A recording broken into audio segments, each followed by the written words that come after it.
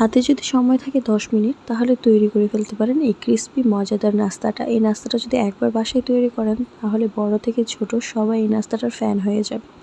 তো চলেন দেরি না করে দেখিয়ে দিচ্ছি এই মজাদার নাস্তাটা কীভাবে আমি তৈরি করেছি। তার জন্য প্রথমে একটা মিক্সিং বলে আমি কয়েকটা চিকেন পিস নিয়ে নিয়েছি। দেখতেই পাচ্ছেন চিকেনের সাইজগুলো। আমি এখানে কিন্তু হাড় ছাড়া মাংস নিয়েছি।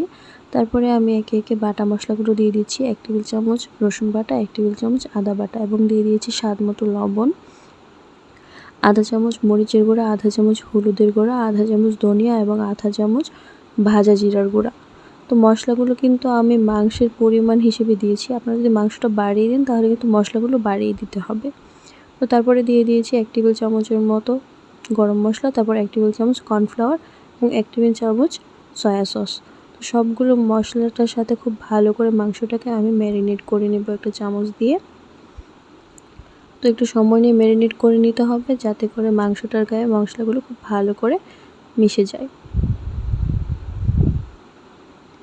তো মাংসটাকে আমি ভালো করে ম্যারিনেট করার পর 10 মিনিটের জন্য রেস্টে রেখে দিব। তারপর আমি আরেকটা বোলের মধ্যে দেখতেই পাচ্ছেন মাঝারি সাইজের 2টা আলু আমি চিকন করে গোল করে কেটে নিয়েছি। দেখতেই পাচ্ছেন সাইজটা। তো এটাকে আমি পানি দিয়ে একটু লবণ দিয়ে ভালো করে কিছুক্ষণের জন্য ভিজিয়ে রেখে দিয়েছি।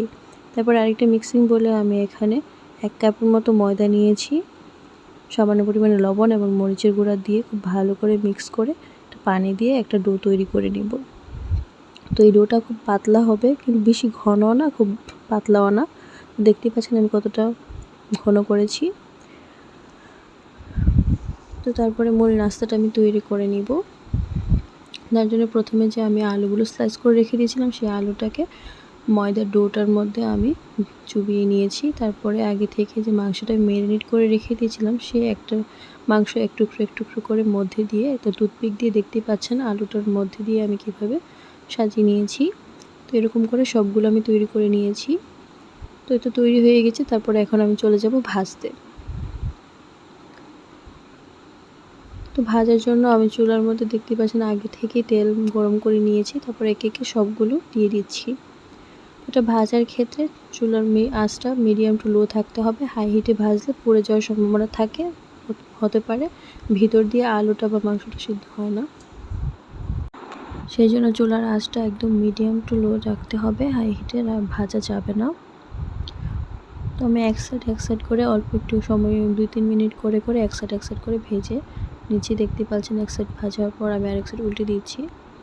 তো এইভাবে বেশ কিছুক্ষণ একদম চুলার আঁচটা মিডিয়ামে রেখে ভেজে নেব যতক্ষণ না একটা লালচে একটা কালার চলে আসে। তো দেখতেই পাচ্ছেন এক পর্যায়ে কিন্তু অনেক সুন্দর একটা লালচে কালার চলে এসেছে। তো এই পর্যায়ে আমি একটা ছাঁকনি দিয়ে তেল ছাড়িয়ে সবগুলোকে তুলে নিব। তো দেখতেই পাচ্ছেন খুব অল্প সময়ে কিন্তু এই মজাদার নাস্তাটা তৈরি হয়ে যায়। এটা দেখতে কিন্তু সুন্দর, খেতেও ভীষণই মজা হয়। তো এটা চাইলে আপনারা সসের সাথেও পরিবেশন করতে পারেন, খেতে ভীষণই মজা লাগে। তো আজকের জন্য এইটুকুই। সবাই ভালো থাকবেন। আসসালামু আলাইকুম।